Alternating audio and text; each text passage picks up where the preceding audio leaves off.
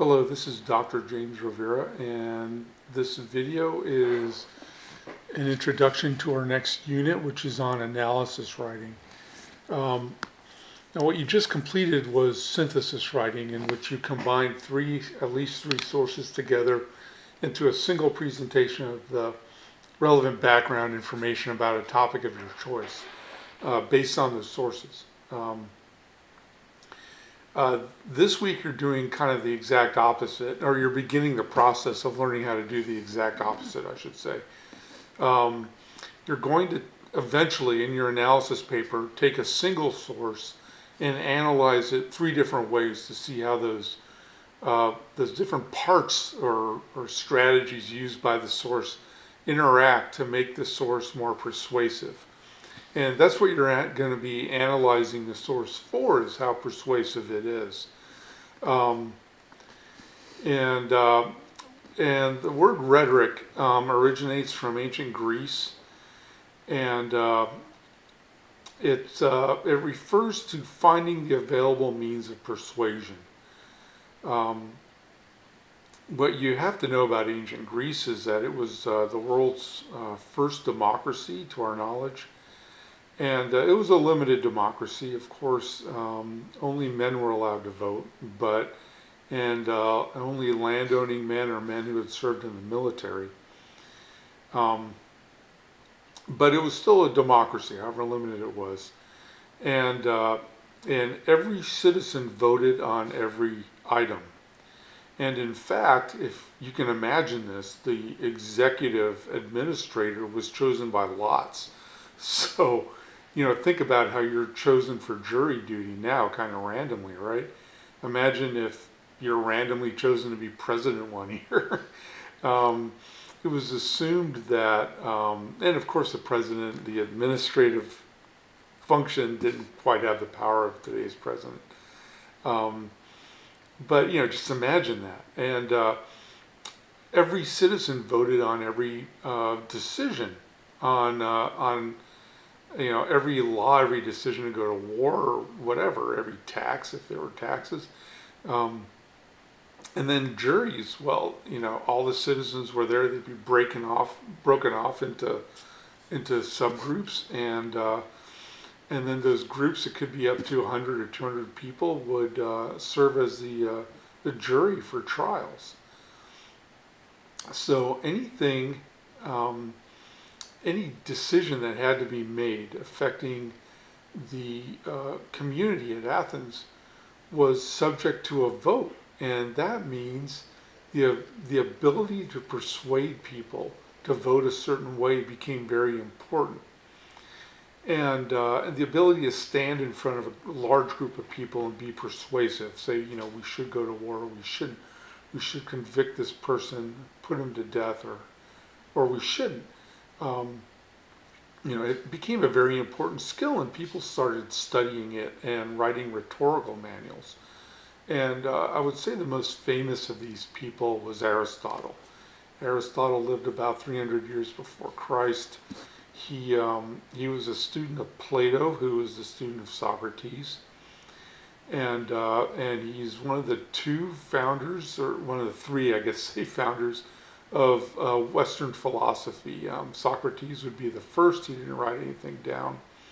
Plato was his student, who did write down the dialogues and maybe invented some using Socrates as a mouthpiece. And then Aristotle would be the third. And Aristotle was a big analysis guy. He'd take a subject and break it up into parts and describe all those parts to explain how the subject worked. He did that with everything. And he invented our fields of knowledge, like biology and logic and metaphysics, and on and on and on. Law is a separate area of study. So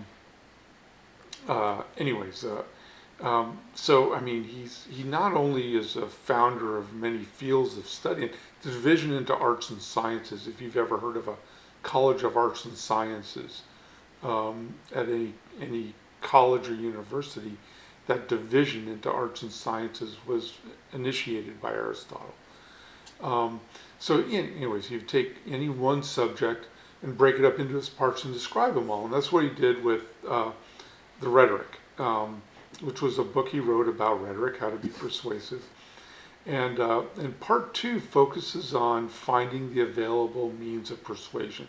And by the way, if you're curious and you want to read it for yourself, go to the Internet Classics Archive. It's housed at MIT. And there are full English translations of Greek and Roman texts available for free, including Aristotle's Rhetoric. And book two of Aristotle's Rhetoric divides the available means of persuasion into ethos, pathos, and logos. Ethos is an appeal to shared beliefs and values. It's an attempt to get the audience to trust you. And it's an appeal to their also to their moral or ethical sense. And if you think about it, if you think someone reasons morally or ethically or shares your values, you're more likely to trust them when they're trying to convince you of something.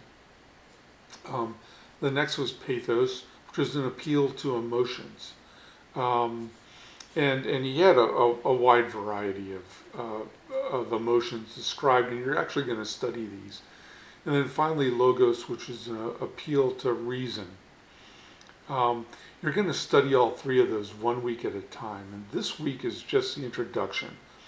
So this week you're going to read my introduction, watch this video, read a PowerPoint describing it, and then you're going to post to a discussion forum a brief informal analysis of your own on ethos, pathos, and logos from any one media source, which should be really interesting this year because it's an election year. I mean, election years, presidential elections, they're great for the study of rhetoric.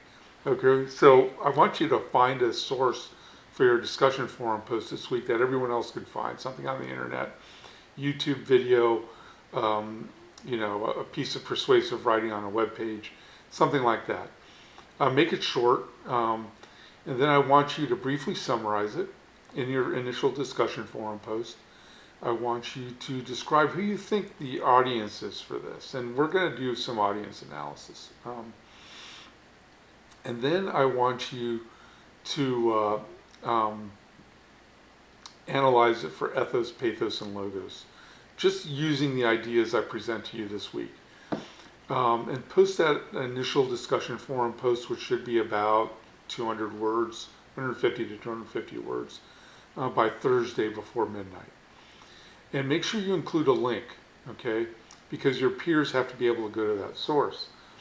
And then by Sunday, respond to 2 peers. And in your responses to peers, sorry, my mustache is itching my nose.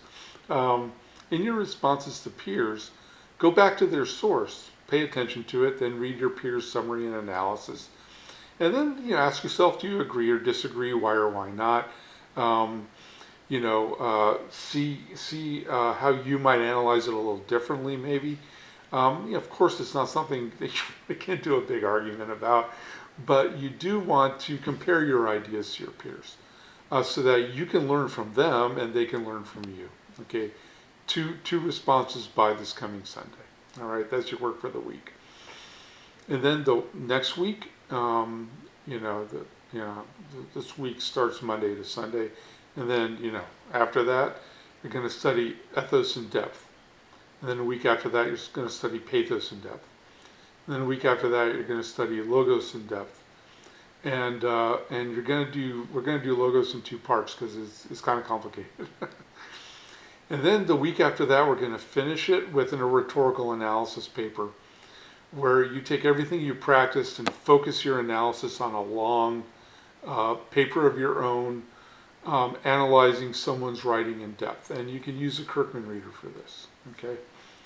So that's our next unit. It's rhetorical analysis.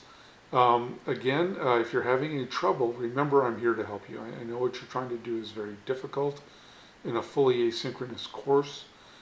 Email me, tell me when you're having problems. I just had a Skype session with a student this afternoon. So, I'm here for that too. She was able to share a screen with me and I could see what she was looking at and maybe kind of figure out the problem she was having.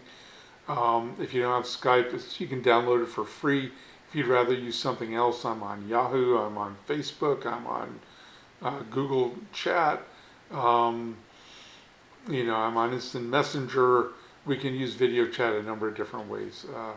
And Microsoft Teams you might have available to you. We can use Zoom. I have accounts with all of those.